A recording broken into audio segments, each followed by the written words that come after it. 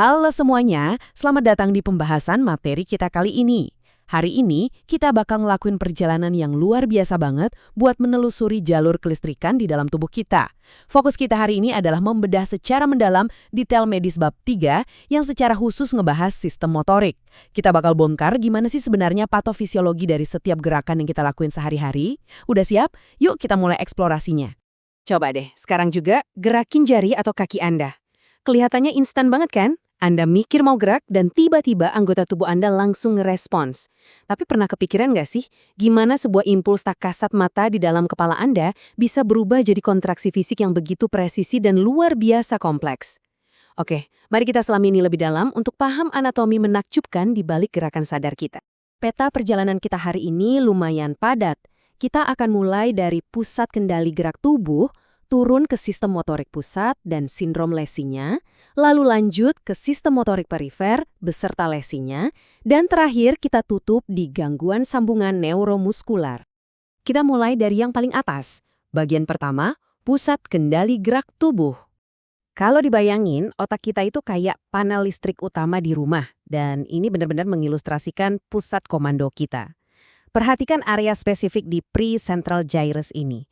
Ini yang namanya korteks motorik primer, atau sering juga disebut area 4. Di titik anatomis persis inilah upper motor neuron atau neuron motorik pertama Anda untuk pertama kalinya ngebangkitin impuls listrik volunter. Ini adalah cikal bakal dari setiap gerakan sadar yang Anda inisiasi. Lanjut ke bagian kedua, sistem motorik pusat. Sekarang kita bakal ngikutin jalur pengkabelannya. Neuron motorik pertama tadi pastinya nggak kerja sendirian ya.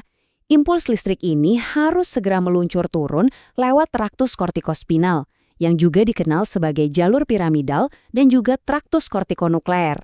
Anggap aja ini kabel-kabel utama yang bertugas bawa sinyal ngelewatin batang otak terus menyusuri sumsum tulang belakang. Tujuannya apa? Buat nyambung atau bersinaps dengan lower motor neuron atau neuron motorik kedua. Oh iya, proses komunikasi ini seringkali dijembatani oleh interneuron. Nah, di dalam sumsum tulang belakang, sistem pengkabelan ini ternyata kebagi secara spesifik berdasarkan fungsinya. Traktus lateral itu ibarat kabel untuk hal-hal detail. Dia ngendalin otot-otot distal buat kontrol motorik halus yang butuh presisi tinggi, kayak pas Anda nulis atau main alat musik.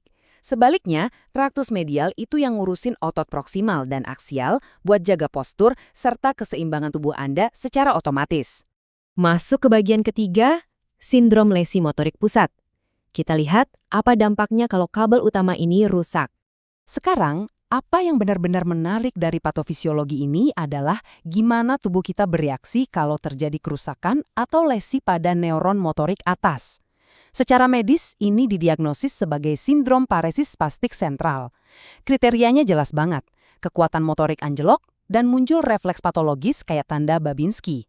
Tapi perhatikan detail krusial ini.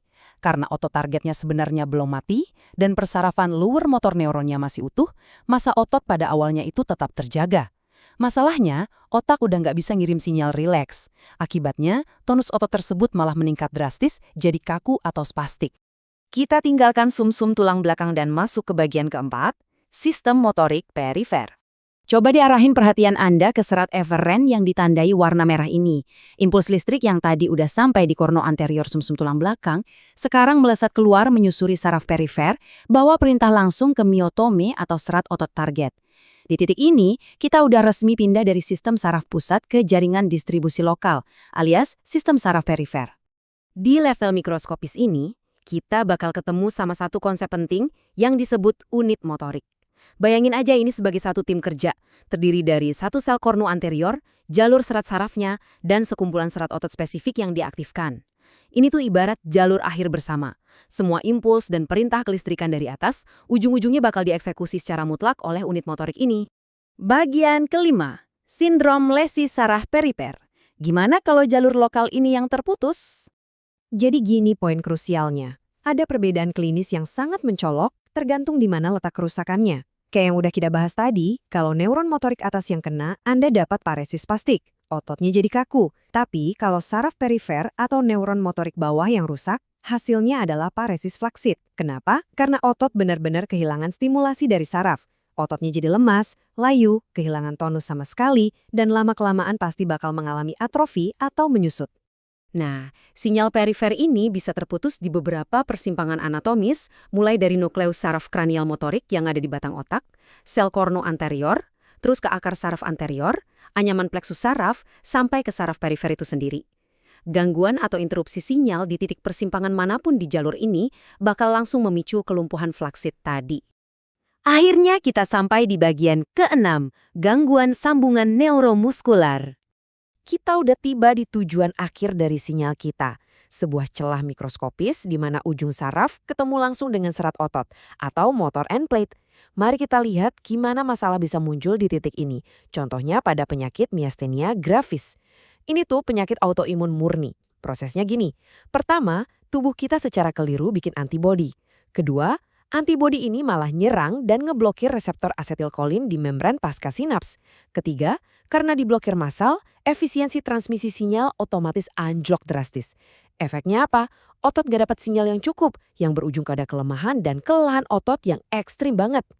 Kalau dari kacamata klinis, seorang neurolog pasti bakal ngelihat pola yang khas banget. Kelemahan ototnya itu fluktuatif dan makin parah kalau dipakai aktivitas fisik. Biasanya gejala pertama tuh muncul di mata, kayak kelopak mata turun atau ptosis dan penglihatan ganda. Lewat tes EMG, kelihatan jelas penurunan sinyalnya. Tapi yang paling brilian adalah farmakodiagnostik pakai tes tensilon. Saat disuntikan cairan ini, enzim yang merusak asetilkolin dihambat, sehingga celah sinaps banjir asetilkolin sementara. Hasilnya, kelemahan pasien hilang secara instan meski cuma sebentar. Ini benar-benar mengkonfirmasi letak pasti kerusakan sarafnya loh. Bikin kita mikir kan, kalau setiap gerakan sadar kita, dari sekedar keditan mata sampai kemampuan kita melangkah, sepenuhnya dikendalikan oleh jalur kelistrikan saraf yang luar biasa rumit, tapi juga rentan ini, bayangkan apa yang bisa dicapai kedokteran di masa depan. Kira-kira, bisakah intervensi biomedis nantinya dengan presisi tingkat sel menyambung kembali atau bahkan mengganti sirkuit yang rusak ini? Jadikan ini sebagai bahan renungan akan betapa ajaibnya biologi tubuh kita. Terima kasih udah nemenin saya ngebedah materi medis yang mendalam hari ini. Sampai jumpa di eksplorasi anatomi kita selanjutnya.